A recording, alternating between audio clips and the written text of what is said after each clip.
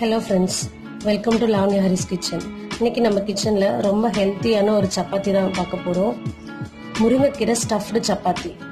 முருங்கைக்கீரை நம்ம அப்படியே கொடுத்தா பசங்களாம் சாப்பிடவே மாட்டாங்க.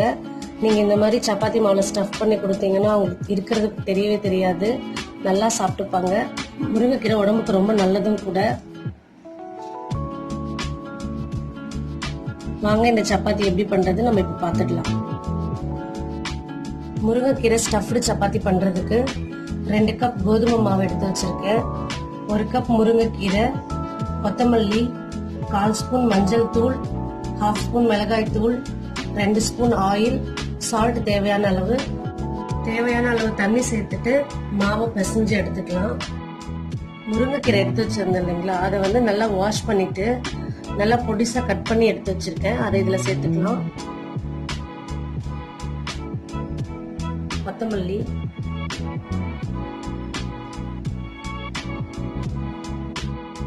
மஞ்சள் தூள், மிளகாய் தூள்,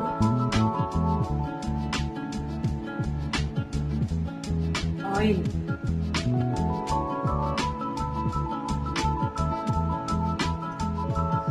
உப்பு தேவையான அளவு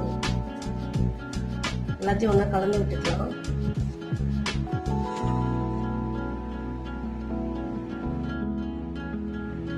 எல்லாத்தையும் நல்லா மிக்ஸ் பண்ணியாச்சு. முதல்ல இந்த மாதிரி மிக்ஸ் பண்ணிட்டோம்னா எல்லாமே ஈவனாக ஸ்ப்ரெட் ஆகிடும். அதுக்காக தான் இதில் கொஞ்சம் கொஞ்சமாக தண்ணி சேர்த்து பிசைஞ்சு எடுத்துக்கலாம்.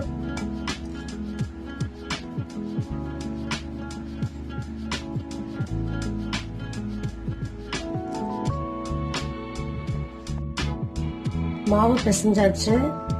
இந்த அளவுக்கு இருக்கணும், ரொம்ப லூஸாலாம் பிசைஞ்சிடக்கூடாது. நார்மலாக நம்ம சப்பாத்திக்கு எப்படி பிசைவோமோ அதே மாதிரி பிசைஞ்சு எடுத்துக்கலாம்.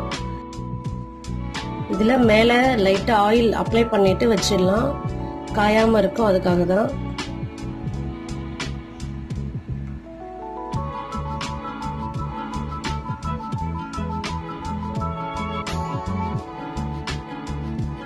இதை மூடி வச்சிடலாம். ஒரு 1/2 hour இது நல்லா ஊறும்.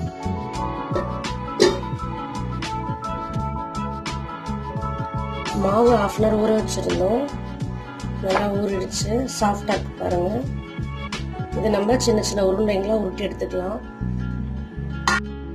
சப்பாத்தி மாவு உருண்டைங்களா உருட்டி எடுத்து வச்சிருக்கோம். இப்போ நம்ம சப்பாத்தி மாவு தேய்ச்சிடலாம்.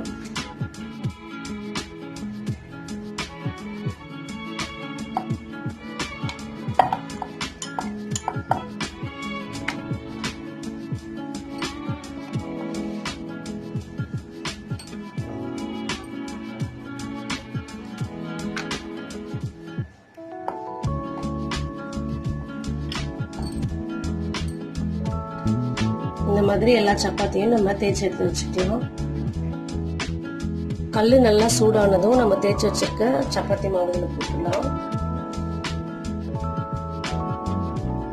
கொஞ்ச நேரத்துக்கு இது இப்படியே இருக்கட்டும்.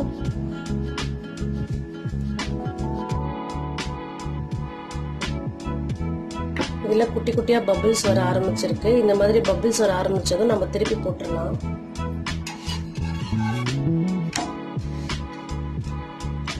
இந்த சைடும் கொஞ்ச நேரம் வச்சுக்கலாம். அதே மாதிரி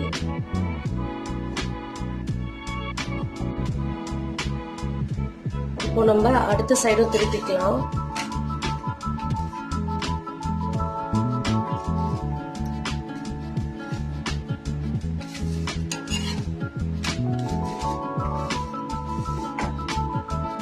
லாஸ்டா இதுல நம்ம நெய் கொஞ்சம் தடவிட்டு எடுத்து வச்சுக்கலாம்.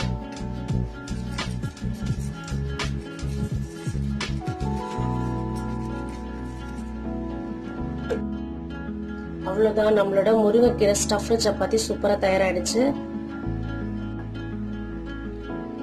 இதே மாதிரி நம்ம மற்ற எல்லா சப்பாத்தியும் போட்டு எடுத்துக்கலாம்.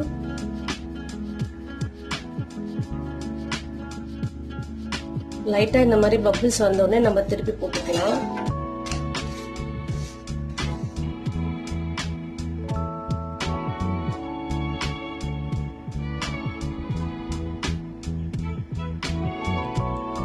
இந்த பக்கம் ஒரு 15 செகண்ட், அந்த பக்கம் ஒரு 15 செகண்ட்ஸ் இருந்தா போதும். சப்பாத்தி ஓரளவுக்கு நல்லா வெந்து வந்துடும்.